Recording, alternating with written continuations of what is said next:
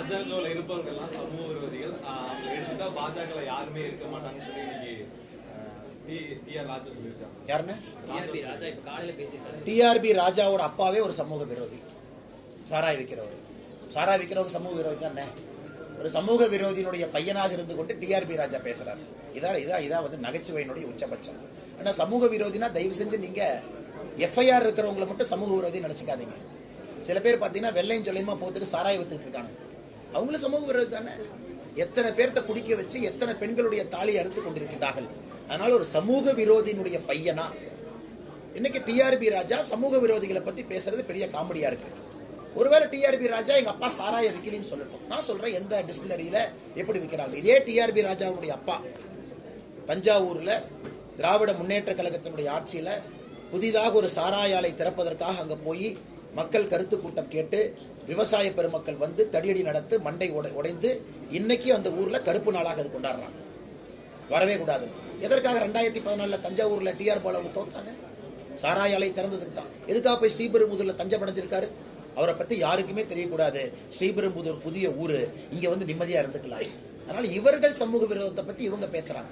சாராய நடத்தி தினமும் லட்சக்கணக்கான கேஸ டாஸ்மாக்ல கொடுத்து நூற்றுக்கணக்கான நண்பர்களை கொன்று அவருடைய வீட்டுல பெண்களுடைய தாலி அறுத்து கொண்டு கேட்டா இண்டஸ்ட்ரீஸ் மினிஸ்டர் வெக்கக்கேடா இல்லையாங்க? இண்டஸ்ட்ரீஸ் மினிஸ்டருடைய தந்தை டாஸ்மாக் சாராயால, தந்தையினுடைய சரக்கு டாஸ்மாக் போகுது, அதை கண்காணிக்கிறது இண்டஸ்ட்ரீஸ் மினிஸ்டர். என்ன கொடுமை! இந்த ஜனநாயகத்தில் அவங்க எல்லாம் பேசுவாங்களாமா? நாம இதை கேட்கணும்னு நினைக்கிறேன். மோடி கேரண்டி சொல்ல முடியுமா அப்படின்னு சொல்லி ஒரு 23 பட்டியலிட்டு இருக்காரு முதலமைச்சர் ஸ்டாலின்.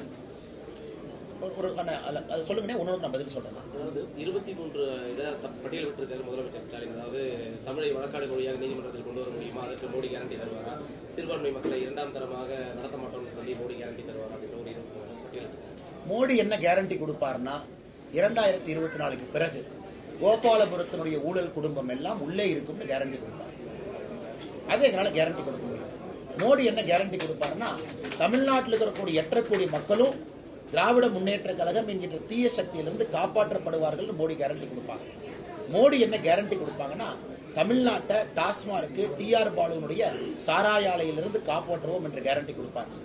மோடி என்ன கேரண்டி கொடுப்பாங்கன்னா ஒண்ணுமே இல்லை. இன்னைக்கு பாருங்க, திராவிட முன்னேற்ற கழகத்தினுடைய சோசியல் மீடியா ஆடு, திராவிட முன்னேற்ற கழகம் சோசியல் மீடியால ஆடு மட்டுமே, சோசியல் மீடியா அட்வர்டைஸ்மெண்ட் இதை திறந்தீங்கன்னா ஸ்டாலின் தான் வர்றாரு, இந்தியாவை காப்பாற்றலாம்னு வருது இல்லைன்னு.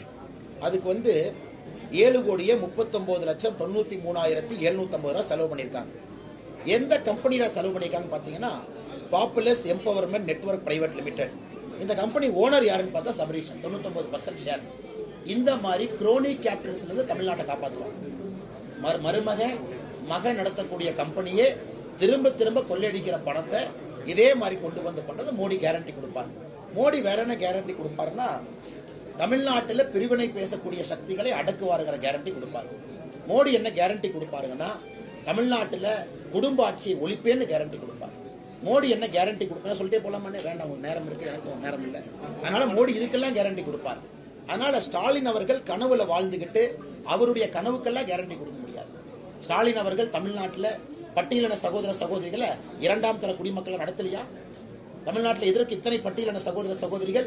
ஒரு தேசிய கொடியை கூட அவங்களால ஏற்ற முடியல. வேங்கவேல் நடந்து எத்தனை நாளாச்சு அக்யூஸ்ட் ஏன் பிடிக்கல?